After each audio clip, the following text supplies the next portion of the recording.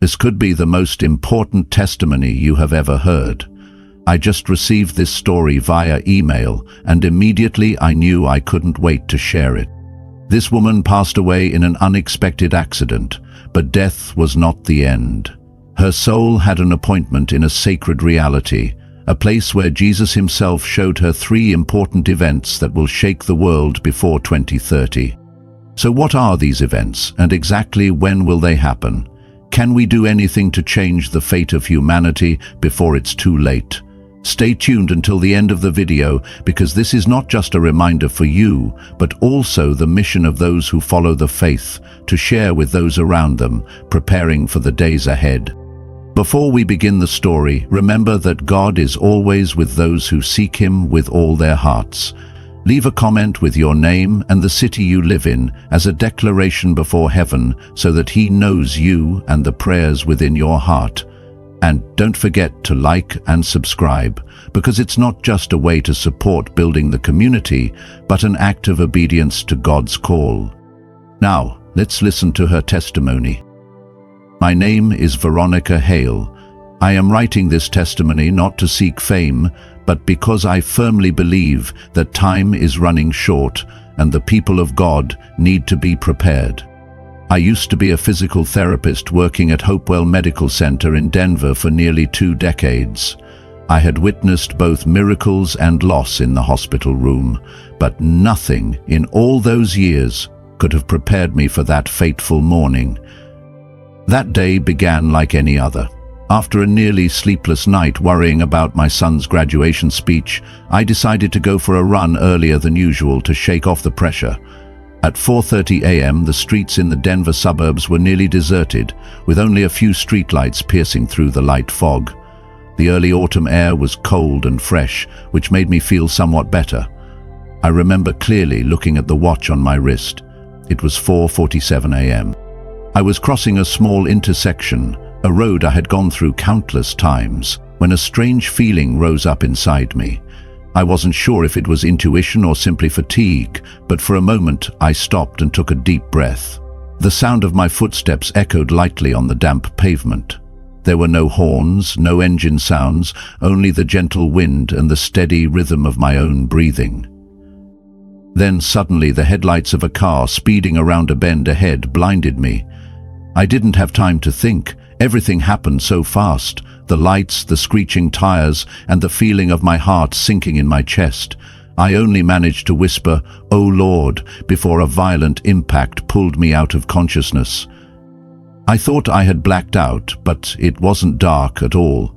Instead, there was light enveloping me. Not the car's headlights, but a different kind of light, gentle, warm, and radiating everywhere. I no longer felt the ground beneath my feet. I no longer felt my body. Yet I was aware of everything in a different way, as if I had just stepped out of a tight outfit I never knew I had been wearing. At first I was confused. I tried to turn my head to find myself again, tried to call out aloud, but no sound came out. The air around me seemed silent, but it was not empty. It was full of presence, a holy, tender presence that wrapped itself around me. I began to understand, little by little, I had died, but that truth did not terrify me the way I always thought it would. Instead, there was a peace, gentle and weightless, and something like a whisper echoed deep within my spirit. "You are being taken to the place I have prepared." Then, slowly, I felt myself being carried away, as if my soul were floating along a river of light. I didn't know whether it was heaven or some other place, but step by step, each stream of light brought me closer to an entirely different reality. There were no city sounds, no heartbeat, only sacred stillness and the overwhelming sense that I was approaching something infinitely holy. I couldn't say for certain how long I had been drifting. Time seemed to lose all meaning in this new reality. All I knew was that with every passing moment, the light around me grew clearer, warmer, as though I were being drawn deeper into something sacred and eternal. All my senses were heightened, not in a physical way, but as if my soul itself were expanding from within. I began to perceive colors I had never seen on earth. These weren't just hues, they carried emotions. A soft pink that felt like motherly love, a deep blue that embodied forgiveness, golden beams shimmering like the presence of pure joy. The air wasn't just air, it had a soul. It vibrated with purpose, as if every particle was woven from meaning. I wasn't walking anymore, yet I kept moving forward, as though a current of love was carrying me home. Then came sound, but not like music or words. It was a kind of sound only the soul could hear, like the songs of millions of spirits in perfect harmony, like praise stitched together from light. I sensed I was entering a sacred place, far beyond any concept of beauty I had ever known. Amid this wonder, I saw a familiar figure step out from the light. It was my grandmother, Ruth, who had passed away when I was 12, but she no longer appeared aged. She was radiant and young, as if in her 30s. Her face glowed with a supernatural brilliance, yet that smile, that look in her eyes, unmistakably hers, the woman who first planted faith in my tender heart. "Veronica," she called my name, her voice clear as wind, yet carrying a strange and powerful weight. It wasn't sound traveling through air, but communication straight to my soul. No distance, no barrier, just pure connection. Tears welled up in my eyes. I wanted to run into her arms, to tell her how I had missed her all these years, how her prayers still lived inside me. But before I could even form the thought, she already knew. She lifted her hand and touched my cheek, a touch lighter than air, yet it made me melt completely. In that moment, I understood. In this place, there was no need for words to be understood, no need for language to be loved. "There will be time for questions," she whispered, "but right now, something greater awaits. You have been chosen, Veronica. What you're about to see is not just for you, it's for many. His church must be warned, and you will be the mouthpiece of truth." As she finished speaking, the light around me began to shift. It grew deeper, more alive, as if it were gathering together, and then I saw a silhouette step out from the light. And I didn't need anyone to tell me, I knew exactly who it was. The light around me seemed to gather at one point, deeper, brighter, as if it were embracing something immensely sacred, and then he appeared, Jesus Christ. No introduction was needed, no words were necessary. My soul recognized him instantly. He didn't resemble any image I had ever seen in books, paintings, or churches. He was the perfect embodiment of truth, love, and power. His face was both holy and radiating infinite kindness. There was something about him that made it impossible to look away, yet too overwhelming to gaze at for long. His eyes. Oh, those eyes! I had never seen anything like them.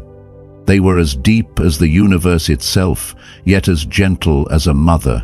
In that gaze, I saw everything: love, forgiveness, justice, and a complete understanding of me.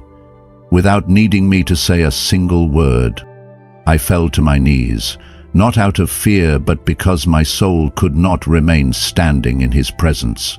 I was no longer a doctor, no longer a mother, no longer any role at all. I was simply a bare soul standing before the one who created me, and I felt loved in a way I had never known on this earth. The love that radiated from him was not the conditional kind we're familiar with. It was a love that saw through every mistake, every flaw, every shameful secret, and still embraced you completely, without pulling back an inch. He stepped closer, and his voice rang out, not just in my ears, but deep within my soul. That sound carried absolute authority and a melting gentleness all at once. "My child, he said, and every word echoed like waves flowing through the fibers of my soul. I have brought you here because time is running short, and my people must be prepared. 3 events are coming that will shake the very foundations of faith and test the hearts of all mankind. Before I could react, the space around me began to change. The light turned into structure, not matter as we know it, but pure energy forming a vast auditorium. There was no stage, no seats, but every part of the space felt like it was awaiting something monumental. Then, visions began to appear in the air before us. They were vivid, so real that I could feel their sense, their motion, and the emotions pouring from them. Strangely enough, they felt even more real than anything I had ever known on earth. Jesus placed his hand on my shoulder. His touch was not heavy, not hot or cold, but it carried a supernatural weight that made me want to weep. "Look closely," he said. "What you are about to see is the first of 3 great events that will unfold before the year 2030. This is the Great Deception, a season of testing that will cause many to fall from their faith, unless they are prepared." The vision before us changed. I saw massive crowds gathering in cities across the world. People were looking up at the sky with awe and amazement. In the heavens above them, radiant lights danced and moved in impossible patterns. These were not ordinary lights. They pulsed with an intelligence beyond comprehension, forming intricate geometric shapes that seemed to speak directly into the human mind. "What you are seeing," Jesus explained, "is the beginning of the Great Deception. These signs in the sky will appear simultaneously across the globe. They will look beautiful, peaceful, and full of wisdom, but they are not what they seem." I saw luminous beings begin to appear among the crowds. They looked gentle and wise, speaking of unity, peace, and a new age of enlightenment for humanity. Their words were persuasive, their presence magnetic. They spoke of ancient knowledge, of humanity's true potential, and of an imminent leap in consciousness. What broke my heart was seeing how many Christians were deceived. These beings knew the Bible and could quote it fluently, but they twisted its meaning subtly. They spoke of Jesus as a great teacher, but denied his divinity. They acknowledged the wisdom of Scripture, but questioned its authority. They promoted love while quietly undermining the need for repentance. "Pay close attention," Jesus said, directing my focus to specific scenes, to how they mix truth with lies. They speak of love, but never mention sin. They promise peace, but reject the cross. They offer wisdom while denying my divinity. I saw religious leaders from various denominations embracing the messages of these beings. Large conferences were held where Christian terms were subtly redefined to align with these new teachings. Words like salvation, atonement, and Christ consciousness were given meanings entirely different from their biblical context. The deception was especially effective on the youth. I saw social media platforms flooded with captivating content that made this new spirituality look exciting and progressive. Traditional Christian beliefs were increasingly portrayed as outdated and restrictive. Those who held firmly to biblical truth were pushed to the margins and labeled as obstacles to humanity's advancement. The deception will be so convincing, Jesus explained, that even many who believe themselves strong in faith will begin to waver. They will not realize they are being led astray because the path away from truth will appear so reasonable, so loving, so inclusive.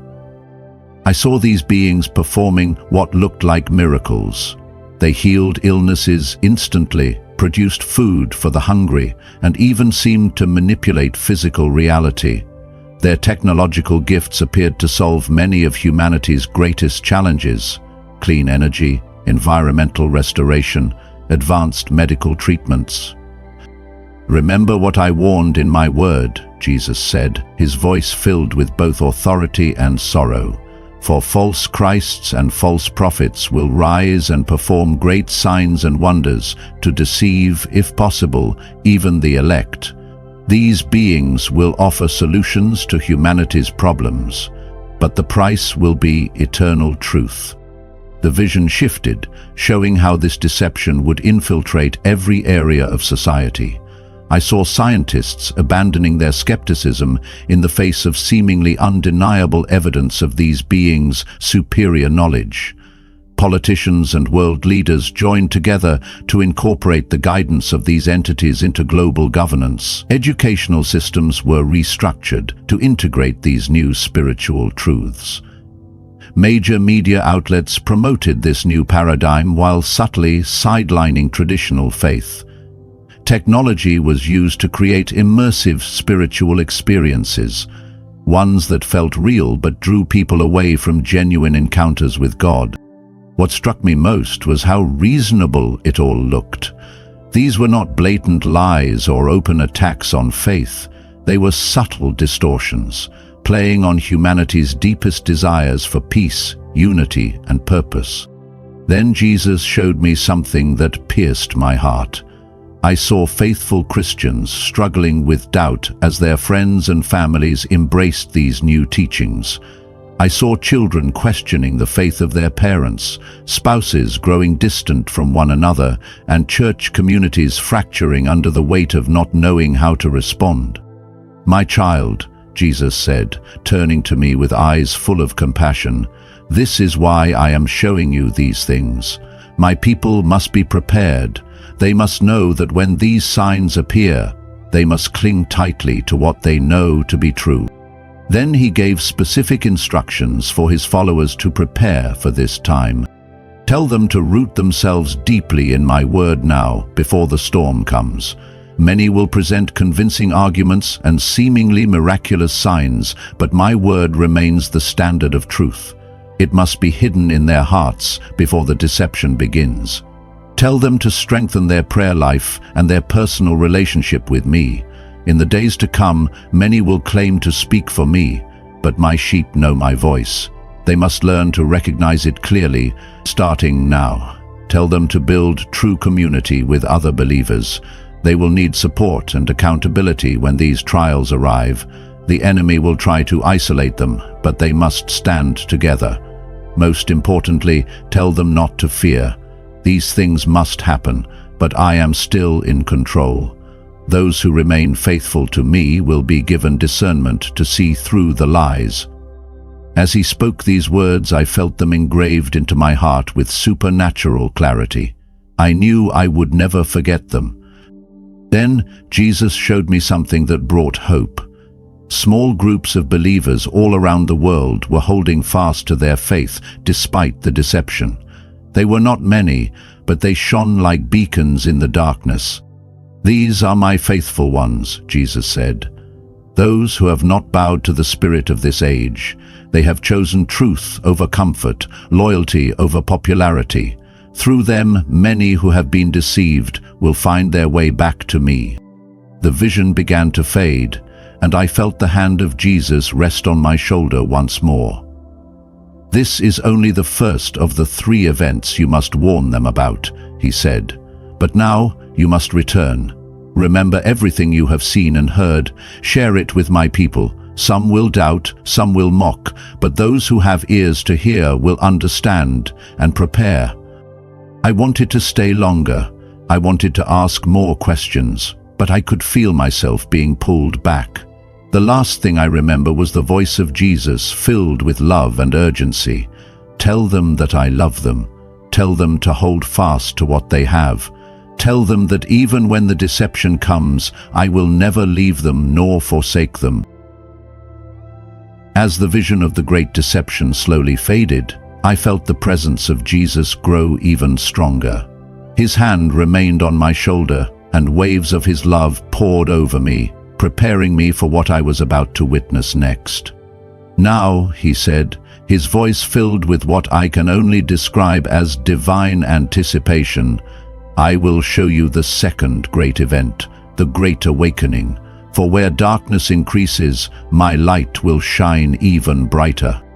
The arena of light around us shifted again.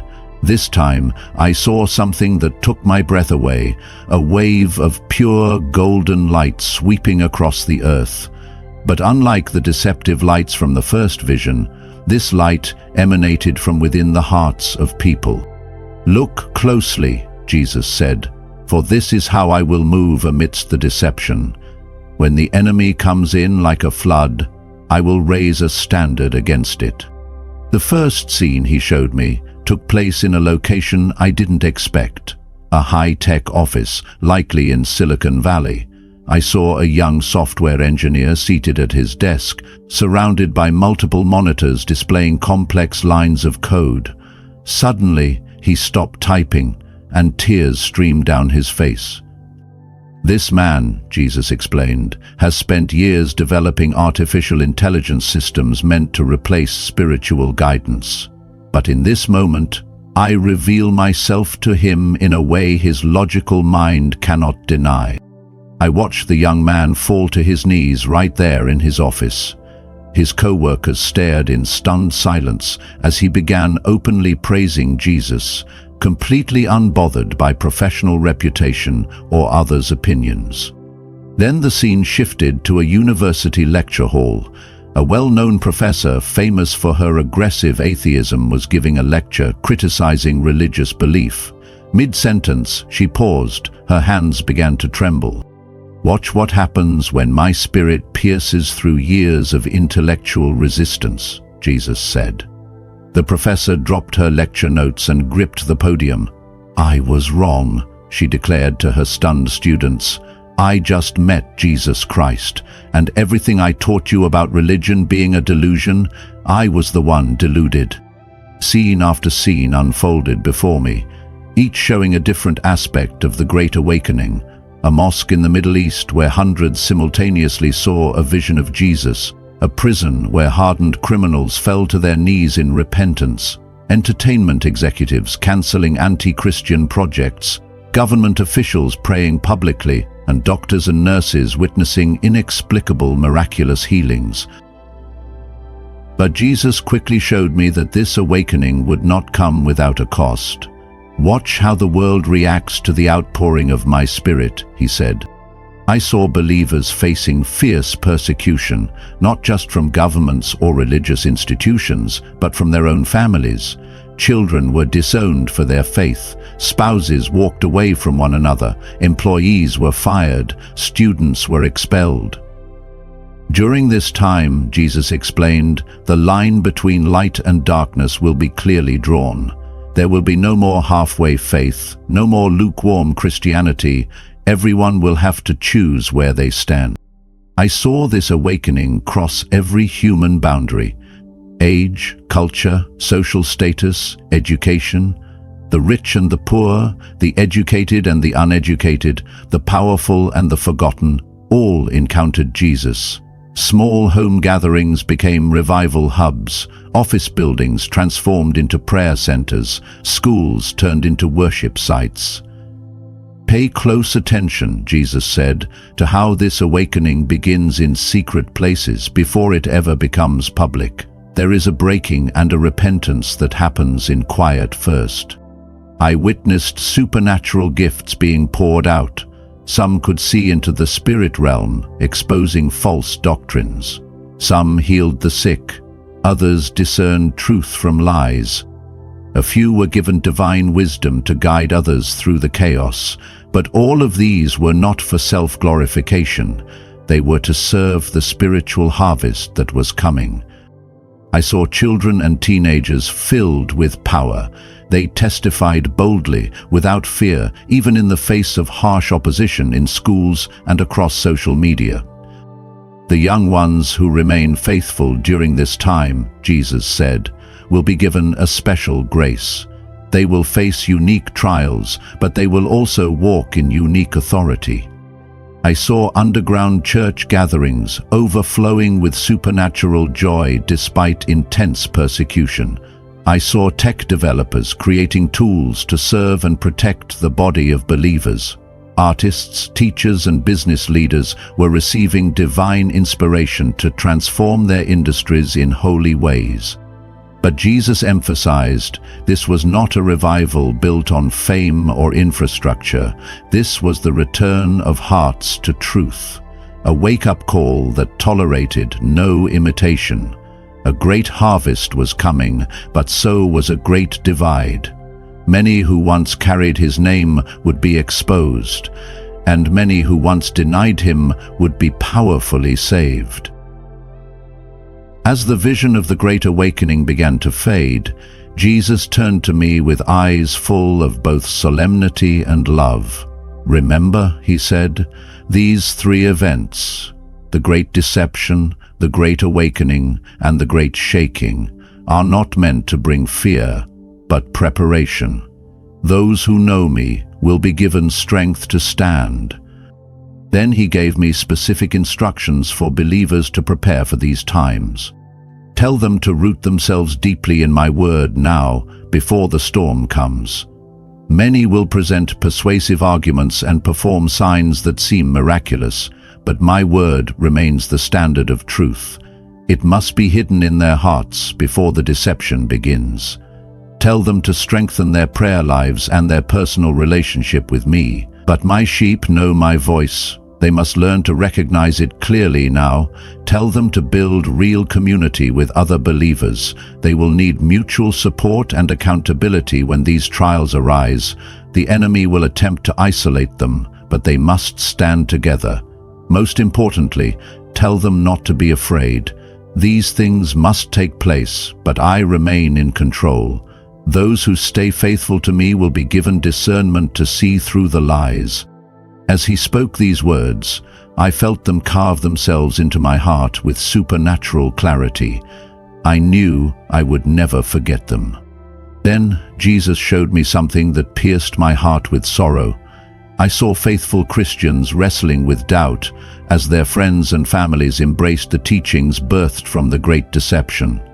I saw children questioning their parents' faith, spouses growing apart, and entire church communities torn asunder, unsure of how to respond to the events unfolding around them. Then he showed me the third event, the Great Shaking. The space around us shifted again, and I saw a mighty tremor shaking the entire world.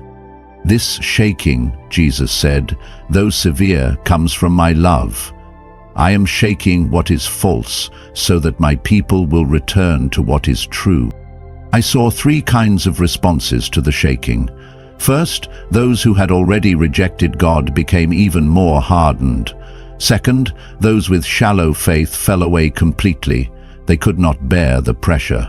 Third, those who truly knew the Lord grew stronger and bolder, as if refined by fire. This shaking serves many purposes, Jesus explained. It exposes what is false, purifies what is true, awakens the sleeping, strengthens the faithful, and creates a hunger for truth in those who are seeking. He showed me how this shaking would impact every sphere of society: technology, media, education, business, and the arts. All would be affected. Believers would initiate new movements bringing life and hope. Businesses would operate by heavenly principles. Underground Christian communities would become bold and powerful. He showed me how this shaking would impact families. Prodigal children would return home with powerful testimonies. Families torn apart would be supernaturally reconciled.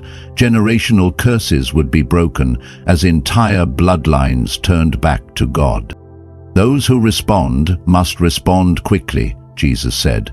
Those who hesitate will find it increasingly difficult to choose the truth. The deciding factor would not be wealth or education, but humility and a genuine hunger. Wherever true hunger existed, his spirit would move powerfully. And he emphasized that this awakening was not only for new believers, but to stir those who once walked with him but had grown cold. Tell them to guard against pride, Jesus said. Tell them to live humbly, to be generous, wise, active in their spiritual gifts, and to hold on to joy in the midst of trials. Finally, he showed me that this great shaking would lead to a massive harvest of souls, a purifying and unifying of the true church, and a preparation for his return. Though severe, this shaking comes from my love, he repeated. I am shaking what is false so that my people will return to what is true. As this final vision faded, Jesus turned to me with eyes filled with solemn authority and eternal love. Tell them that I love them with an everlasting love. Tell them not to fear what is coming, but to draw near to me now. Though all things may be shaken, my kingdom cannot be moved. When I returned to my body, I knew my life would never be the same. The doctors called my survival a medical miracle, but I knew it was more than that, a divine appointment, a message both of warning and of hope for God's people. As I conclude this testimony, I want to emphasize that these events were not shown to instill fear, but to prepare us. God does not reveal these things to cause panic, but to position his people for victory. The key is not material preparation, but spiritual intimacy with Jesus. Remember, the great deception will test our discernment, the great awakening will expand our faith, and the great shaking will prove our foundation. Through it all, Jesus remains faithful, and his people will rise stronger, purer, and more united than ever before. I felt myself being pulled back, but the final words of Jesus still echo in my spirit. Time is short. Share what you have seen. Those with ears to hear will understand and prepare. As the vision of the great deception faded, I felt the presence of Jesus grow even stronger. His hand remained on my shoulder, and I could feel waves of his love washing over me, preparing me for what I would see next. As the vision of the Great Awakening began to fade, Jesus gave me specific instructions for those who would walk through this awakening. Tell them to guard their hearts from pride when they see my power move through them. Tell them to stay low and humble, to share their resources without hesitation, to operate in supernatural wisdom, to move boldly in spiritual gifts, and to maintain joy regardless of circumstances.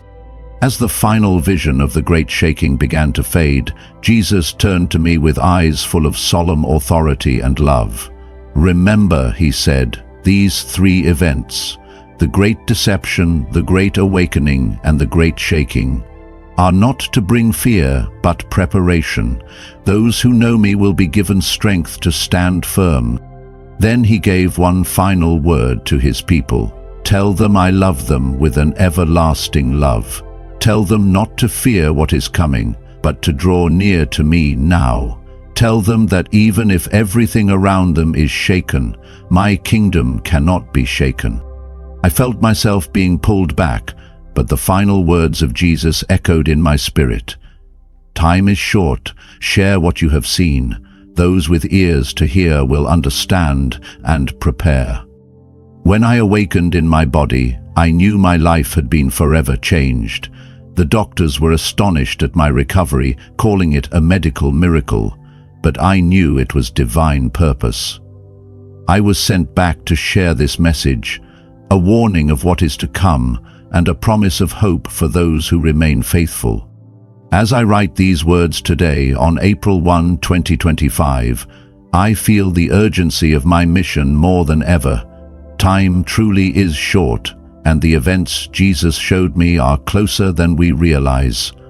I do not share this story for attention or recognition, but because I have been entrusted with a responsibility to awaken God's people and prepare them for the days ahead.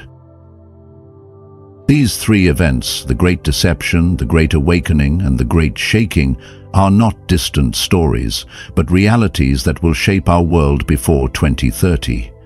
The Great Deception will test our ability to distinguish between truth and lies. The Great Awakening will expand our faith, bringing an unprecedented spiritual harvest. And the Great Shaking will prove the foundation of our faith, purifying the church and preparing us for his return.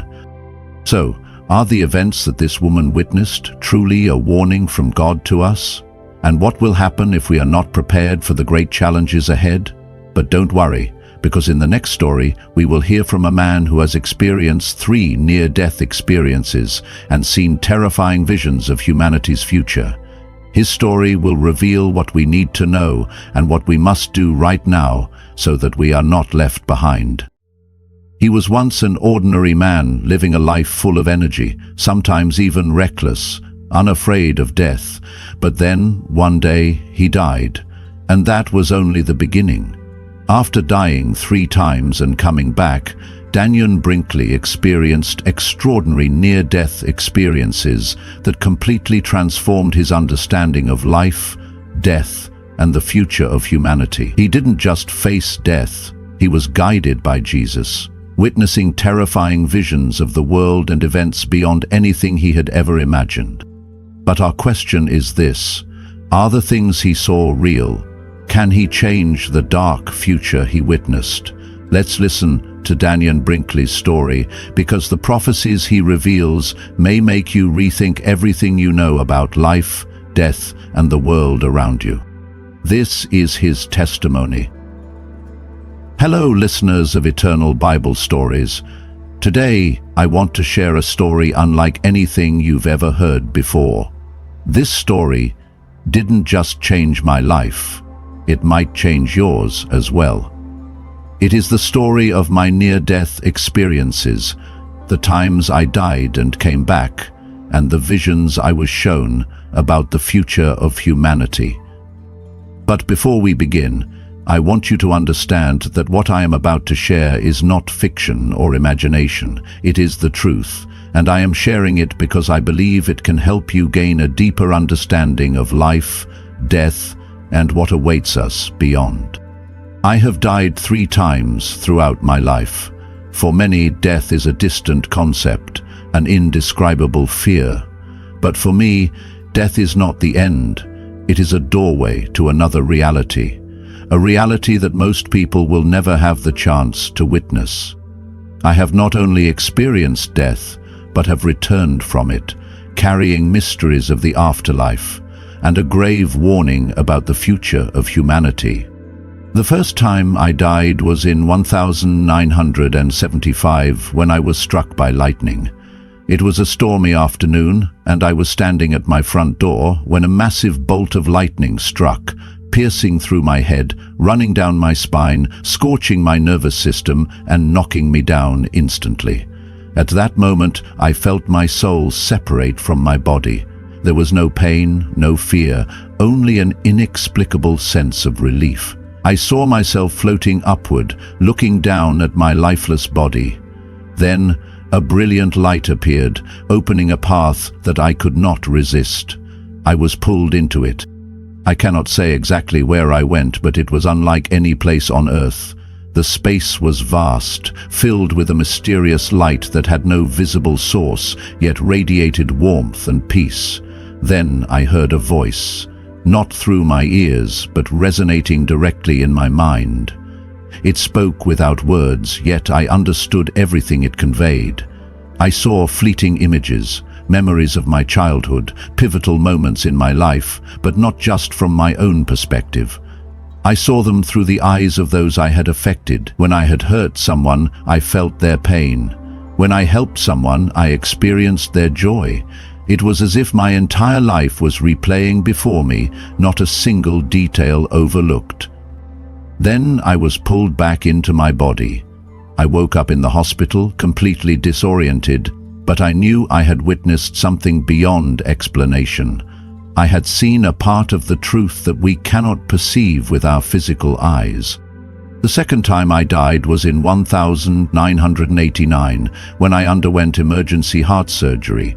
I remember hesitating before agreeing to the operation because I had a strong feeling that something was going to happen, and I was right. During the surgery, my heart stopped beating. Once again, I left my body, but this time my experience was even more profound.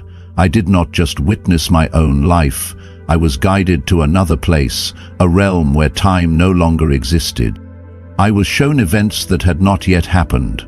I saw a world in chaos, where nations collapsed, where people were controlled by fear and technology. I saw wars not fought over land or resources, but for control over human minds and souls. I saw the rise of a figure whom the world would hail as a savior, but beneath his facade lay an unprecedented darkness. What I saw was so terrifying that I did not want to believe it was real, but I could not deny the feeling it left within me. A warning, an unfinished mission that I had to fulfill upon my return. The third time I died was in 1997, when I underwent a critical brain surgery. This time I did not just see my own life. I felt an overwhelming connection to every soul in existence. I understood that every action we take leaves an imprint on the universe. I realized that we are all given a choice: to walk in the light or be consumed by darkness, to show compassion or remain indifferent, to love or to succumb to fear. And most importantly, I understood that our time is running out. When I returned to my body, I knew I could no longer live as I had before. I had been given visions of the future, and it was my responsibility to share them. What I am about to reveal is not to instill fear, but to prepare you, because 3 major events will unfold before 2050, and if we do not change, the world as we know it will cease to exist. When I left my body, I did not descend into darkness, nor was I lost in vague, fleeting images like in a dream. Instead, I was drawn into a space of pure, radiant light, unlike any light I had ever seen before. It had no visible source, no sun, no lamps, yet it filled every corner of existence with warmth and an indescribable peace. It was not the harsh, blinding light of the world, but a light that embraced me, as if it knew me. The moment I entered, all the weight I had carried in my earthly life, every burden, every fear, every regret, dissolved into nothingness. I was no longer bound by time, no longer confined by pain. I simply existed, suspended in this endless, holy brilliance. I had no way of measuring how long I remained there. Time did not exist in this place. It could have been mere seconds or an eternity, but then a presence filled the space. It was not just something I saw, it was something I felt in the deepest parts of my soul. An immense, overwhelming force beyond anything words could describe. It was neither distant nor threatening, but rather it had always been there, waiting for me, watching over me long before I had even realized it. My spirit stirred, as if awakening to a truth I had always known but had forgotten, and then I turned, and I saw him. There, standing amidst the ocean of light, was Jesus Christ.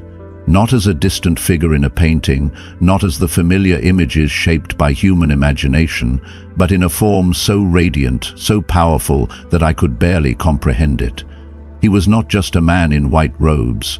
He was glory itself, the living embodiment of love and power. Light did not shine on him, it radiated from him, flowing in waves of golden brilliance, filling the space with something beyond warmth, life itself. His eyes met mine, and in that instant, without a single spoken word, I knew that he saw everything, not just my actions, but my thoughts, my hidden pain, my every regret and secret. And yet there was no judgment in his gaze. At that moment, I felt like a child standing before the Creator of all things. I could no longer hold back my emotions. Tears flowed freely down my face, but they were not from sadness. They were from relief. A lifetime of struggles, of questions, of mistakes, all of it seemed so small in his presence. I fell to my knees, not because I was forced to, but because it was the only response my soul could give. I had never felt so exposed, yet never so completely loved. There was no condemnation, no disappointment, only understanding, as if he had been waiting for me all along. Then he spoke, but it was not a voice carried through the air. It was something deeper, something that resonated within my very being. A message, not heard with my ears but felt in my soul. You have been chosen to meet me. The words echoed inside me, not as a question, not as a mere statement, but as an absolute truth. They carried weight, the kind of weight that shifts the course of a person's entire existence. You have wandered between life and death, but this is not the first time. I have watched over you, and today you are here because you have a mission to fulfill. I could not respond. I only bowed my head lower, listening, absorbing every word as waves of divine energy coursed through me.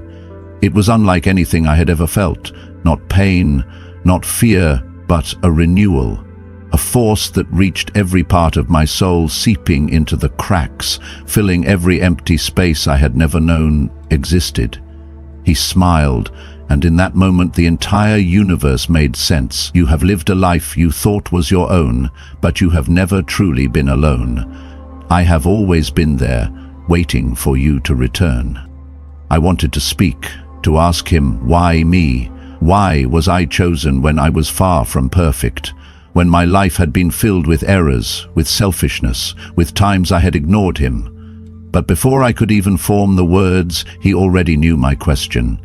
He gazed at me, and with a love that cannot be described, he said, I do not choose the perfect. I choose those who are willing to listen. Those words struck me deeper than anything I had ever heard. It was as if my entire existence had been leading up to this moment. I had spent so much of my life believing I had to be worthy, had to be flawless, had to prove myself to earn his love. But now I understood. He had already chosen me, not because of my perfection, but because of my willingness to follow. In an instant, all my doubts were gone. I no longer felt like an outcast, no longer questioned my purpose. I belonged to him. I looked up at him, and though my voice was weak, my spirit was firm. Lord, what do you want me to do? The words left my lips as a whisper, but they carried the full weight of surrender, and in response he smiled. A smile so radiant, so filled with peace, that I knew this was the reason I had been brought here. Then he extended his hand. The moment his touch met my shoulder, a flood of understanding poured into me. It was not just an assignment, not just a calling. It was a knowing, a certainty that had been missing my entire life. I saw glimpses of what was to come, of the people I would meet, the challenges I would face, but most importantly, I felt his presence with me, stronger than ever. I would never be alone again. And just like that, the light around me began to shift. The overwhelming warmth, the golden brilliance. It began to fade. Not as if it was leaving me, but as if I was being gently placed back into my body, back into the world I had known. Yet I was no longer the same. I had stood before my Creator. I had felt his love. I had been sent back with a purpose. As my vision adjusted and my spirit reconnected with the physical realm, I knew that my journey was just beginning. What I had experienced was not meant to be kept to myself. It was meant to be shared. It was a calling, a mission, a transformation that would change everything. I had encountered Jesus Christ, and I could never go back to who I was before. When Jesus touched me, I felt a surge of light fill my mind, dazzling, overwhelming, as if every ounce of energy in the universe converged into my soul. Suddenly, before my eyes, vivid images unfolded, not just scenes, but the feelings, pains, hopes, and terrors that came with them. It was as though I was living through these events, experiencing them firsthand. The clarity was terrifying. I could feel the weight of the impending disasters, and in that moment I knew no one could escape what was coming. The first thing I saw was a world descending into chaos. The once great powers that had ruled the globe were crumbling, leaving destruction and anarchy in their wake. America, the shining symbol of freedom and strength, had become weak, no longer the superpower it had once been. Cities like New York, Los Angeles, and Chicago, once bustling with life, were reduced to ruins, victims of riots and lawlessness. Stores were looted, police forces powerless, and the government had disintegrated in a whirlwind of political strife. Amid this turmoil, a new president arose. But this leader, though promising to restore order, only plunged the nation deeper into chaos. I couldn't see his face clearly, but I knew this would unfold in the 2030s, marking the start of an era of collapse. What's next? You're probably wondering, but that was only the beginning of what I saw. The global economic collapse came next, and it was swift and unforgiving. The stock market crashed within days, erasing the savings of millions. Major banks crumbled into bankruptcy, and the financial system fell into an endless spiral of chaos. The US dollar, once the foundation of global power, lost its dominance and was replaced by a new digital currency controlled by an enigmatic organization. This system of control didn't just affect banks, it permeated everything. People were forced into a digital currency system, with those who refused being isolated, unable to access basic needs like food and shelter. A new world order was born, using technology and implantable chips to control society. It was the beginning of a global system of power, with the reins in the hands of shadowy figures. But I still hadn't seen the worst of it yet. What was coming next would shake me to my core. I saw China rising, its military massive and unstoppable as it marched toward Taiwan.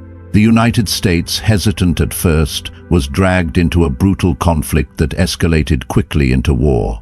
Warships exploded in the South China Sea, fighter jets fell from the sky, and innocent civilians found themselves caught in a conflict they never asked for.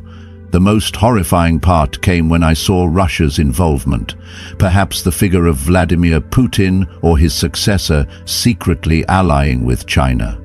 Within months, the world was plunged into total war. European cities shook under missile strikes, and then I saw the unthinkable. A weapon so powerful it created a massive mushroom cloud, engulfing a city I didn't recognize. But that wasn't all. As the war raged on, nature itself turned violent. Super hurricanes began tearing through the United States, submerging cities like New York in water. I watched as the Statue of Liberty stood tall amid the floodwaters, an eerie symbol of a world that had collapsed. Earthquakes devastated the West Coast, reducing cities like Los Angeles and San Francisco to rubble.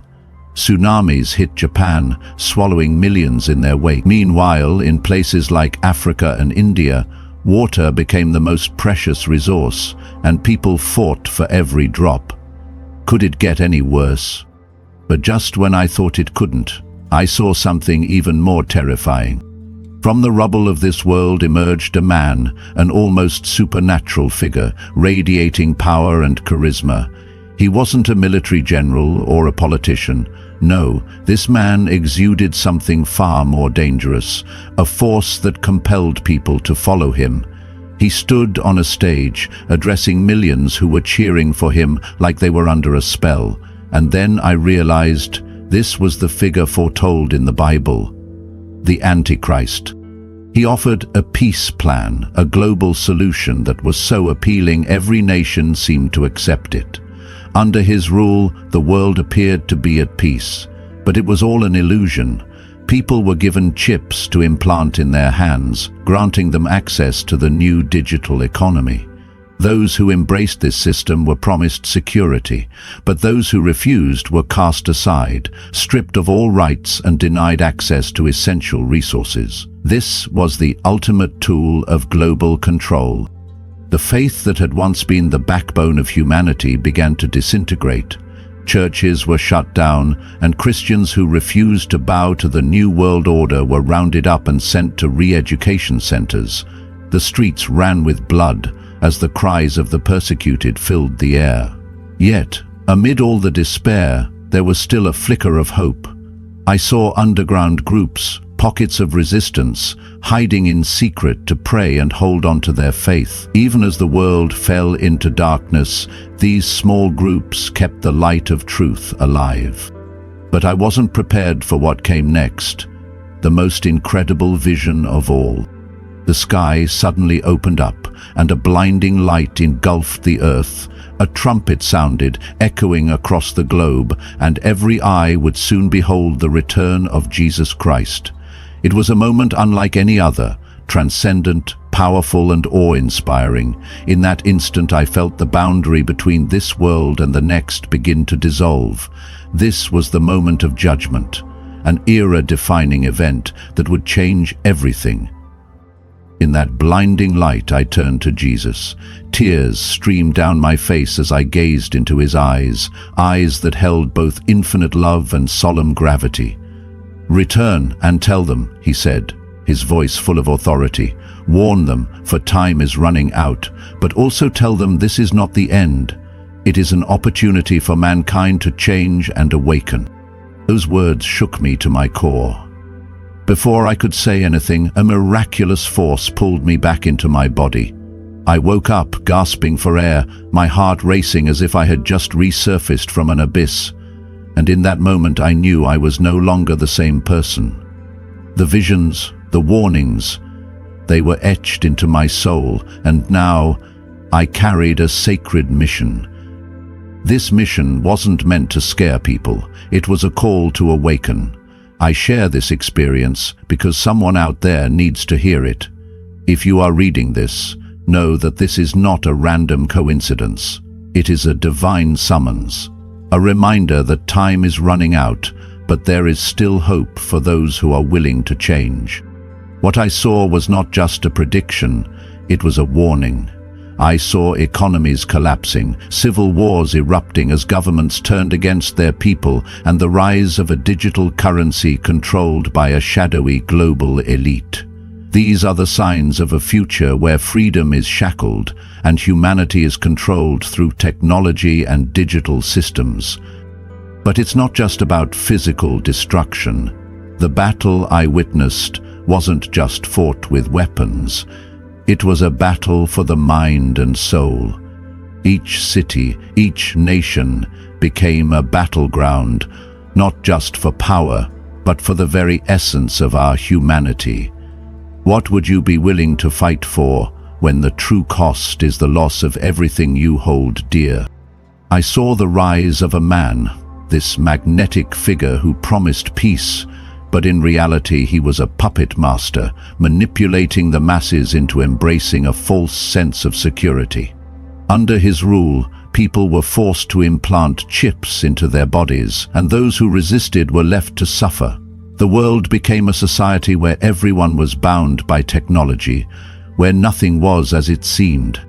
I also saw the systematic destruction of faith. Churches were closed, true believers were persecuted. Yet, amidst this storm, pockets of resistance fought to preserve the light of truth. People gathered secretly to pray, to keep their faith alive, even in the darkest times. I was shown that, no matter how dark things may seem, hope still exists. Even in the face of overwhelming odds, the light of faith can endure. And this is the message I was given, to return and warn you, to help you understand that there is still time to change course. But will you listen? When I returned to my body, I wasn't just a survivor. I was a messenger, tasked with sharing what I had seen. The time is now. The world is changing rapidly, and the signs are already here. Will you ignore them, or will you take action before it's too late? If you're reading these words, know this. This isn't a fantasy. This is a divine warning, a message of hope and truth for those who are willing to hear. We are on the brink of a new era, and it's time to decide where you stand.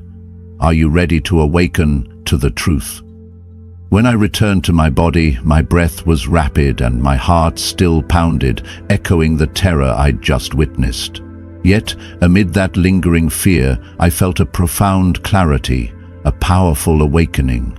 The visions I had seen weren't mere warnings, they were a call for change, an opportunity for humanity to alter its course before it's too late.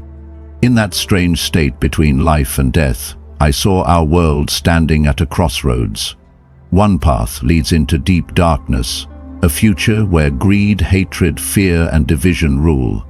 Cities crumble, governments fracture, and people lose sight of what truly matters. But I also saw another path, the way of light and awakening, a path reserved for the brave, those who dare to reconnect with the sacred purpose God has instilled in each of us.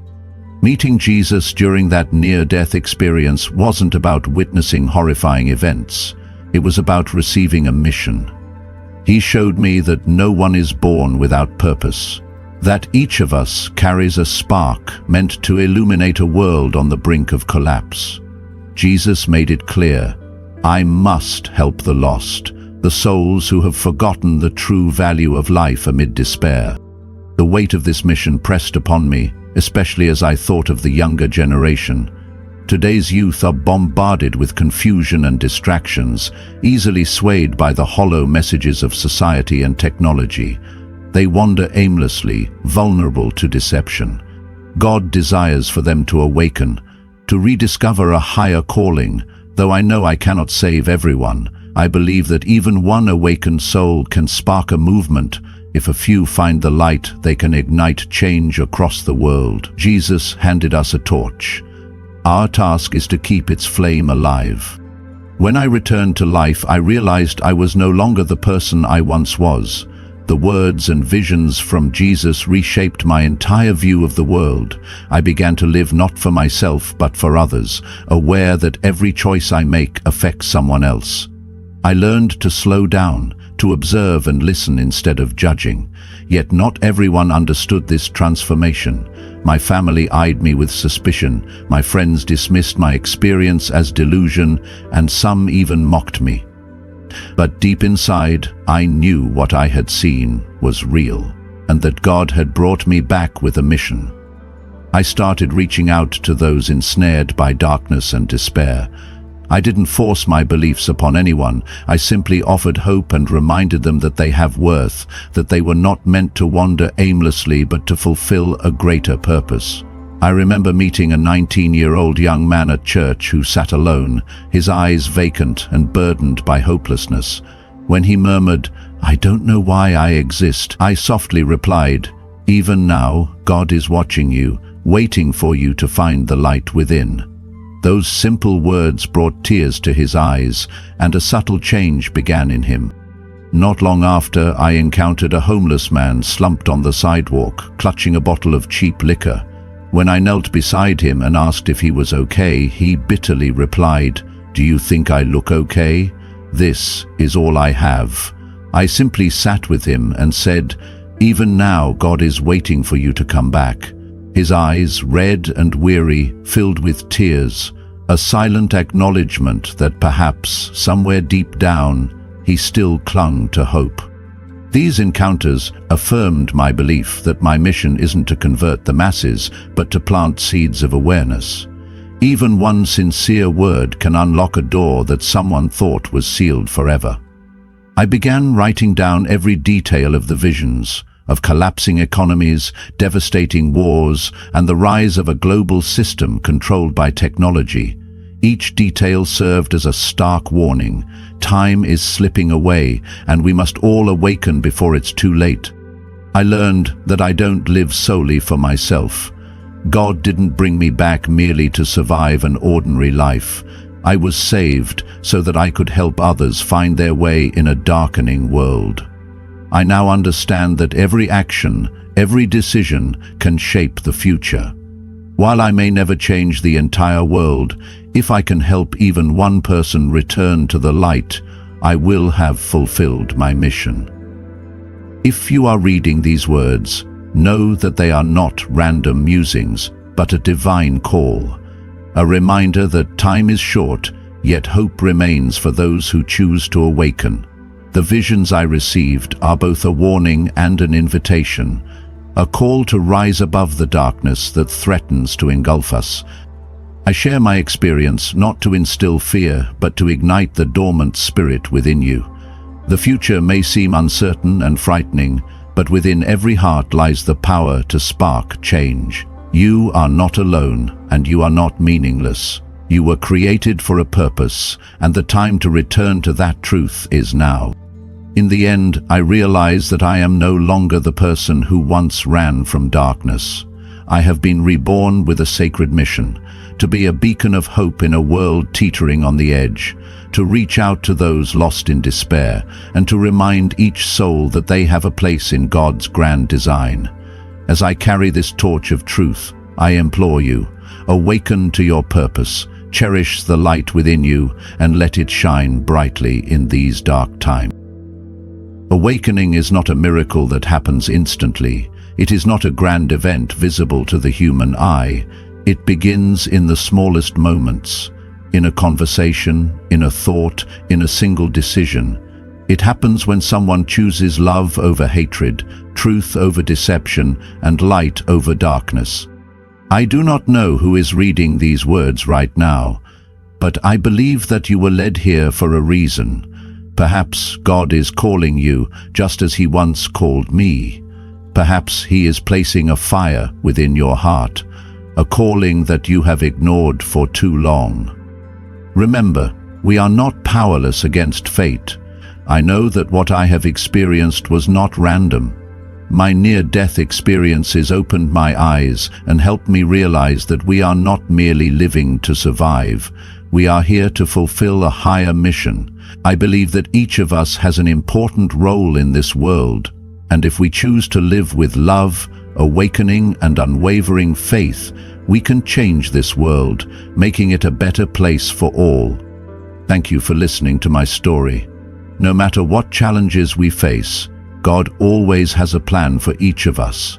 Trust in Him and continue walking the path He has laid out for you. This is the full experience of an anonymous man who hath died 3 times throughout his life, shared on a social media forum. However, that does not mean his testimony has lost its value. In fact, it seems that the warnings he left behind are beginning to unfold before our eyes. Do you believe that the world will face the catastrophic events he described before 2050?